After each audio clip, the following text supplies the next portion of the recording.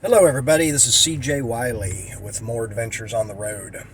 I've been around all kinds of different hustlers and, had the opportunity to be around some of the greatest players at different games, whether it was foosball with guys like Johnny Horton and Mike Green from Tampa, and was it Kevin Stenell, I think was his name, from Dallas.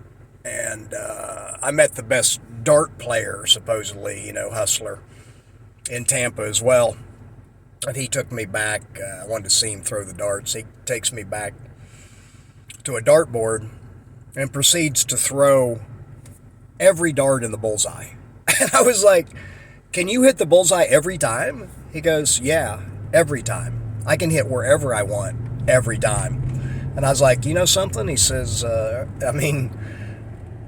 it's like you play pool." And I was like, "Yeah, but now I don't want to ever throw darts." And he said, "Well, when I watch you play pool, I don't want to play pool either." But, it is inspiring. I just never was into darts. But some of the greatest, magicians were card players. And I was around and traveled with some great card mechanics, which always made me nervous.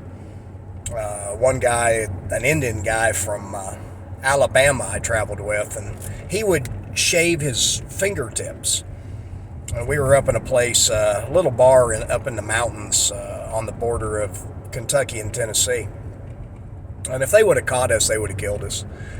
But we went in, and I beat him playing pool, but they beat him playing cards.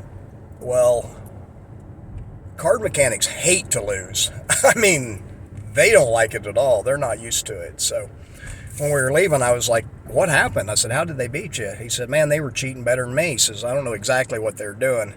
He says, "But I'm going to beat them." He says, "I'm going to take some paint back and beat their asses." And I was like, "Paint? What do you mean?" He says, "Well, that's what we call like marked cards." And he said, "But the problem is," he says, I left my, my literal paint that they used. He said, "I left it at home." He says, "But that's okay. I can still mark them." So we went down to a store down the street from where the bar was, and he went in and bought every deck of cards that was in the place, and went back to the hotel, and he took an iron and steamed them open, took out all the cards, and proceeded to mark every deck with a pocket knife. So I said, "Let me see that card. I want to see where the mark is." And he said, "Well, there's no way you can see it because you don't know where it's at." I said, "Well, I got great eyes. Let me just check it out." I looked and looked, and I couldn't see any kind of mark or any discrepancy between the cards. But once he showed me where it was, when he showed me a card, that's almost like the first thing I could see. Like my eyes went right to the mark. That's where I really learned something about the subconscious, and why I say we only recognize what we're familiar with. Because once you're familiar with something, and that's why I try to teach people what the champions do playing pool, because once you see it and you can do it, then you can recognize it, like when you watch the champion players and when you're watching other people play, you can see their weaknesses, and you can see ways that they just can't beat you physically. They may for a little while, but if your fundamentals are at the level that I teach, over time, you're going to win. And that was always my forte. But anyway, back to the card guy. We ended up going back to that place. He took the cards back to the store and said that, he was going to have a big poker game, and people didn't show up. So they postponed it. So he went in and traded the cards back for other stuff. He didn't want the money back. He just, because sometimes they won't give you the money back, but they will trade. So he just went in there and got a bunch of stuff and gave him back the cards. Then the next day when he went in to play them again, he said, "Nothing personal, guys, but I don't want to use your cards. Can we just, will somebody go get us some new cards?" And they sent a kid there down the street to that store and bought the cards. The same cards that he had marked. So needless to say, when they came back, he beat him pretty easily. But like they say, you can't con an honest man. They were cheating him too. But when he put those marked cards in, it didn't matter what they did because he knew what cards they had. And they were, they probably, a lot of times they'll have like cameras and, who knows. This day and age, I wouldn't play cards for nothing because, even in a casino, who knows what they're doing to you. But one of the guys, and he was a Frenchman, was a card mechanic holdout man, which means he held cards out of the deck. So he would play poker, and everybody else would have 5 cards, he'd have 6. And he would play in games with like 5 people, and he told me one time that they had blue decks and red decks, and they'd switch them. So he went to the bathroom one time, came back, and he didn't realize they'd switched decks, and he had a card out.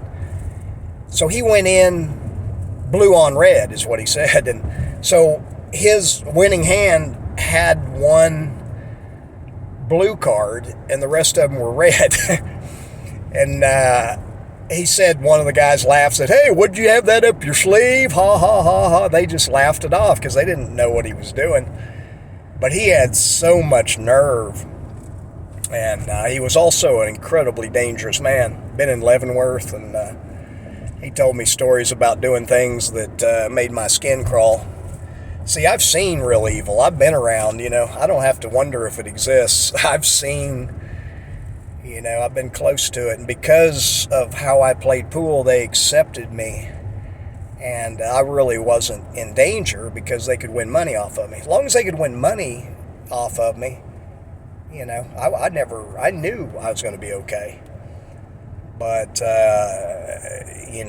like, before I parted with that man, I'm going to tell you, since it's getting dark, I'll tell you something dark.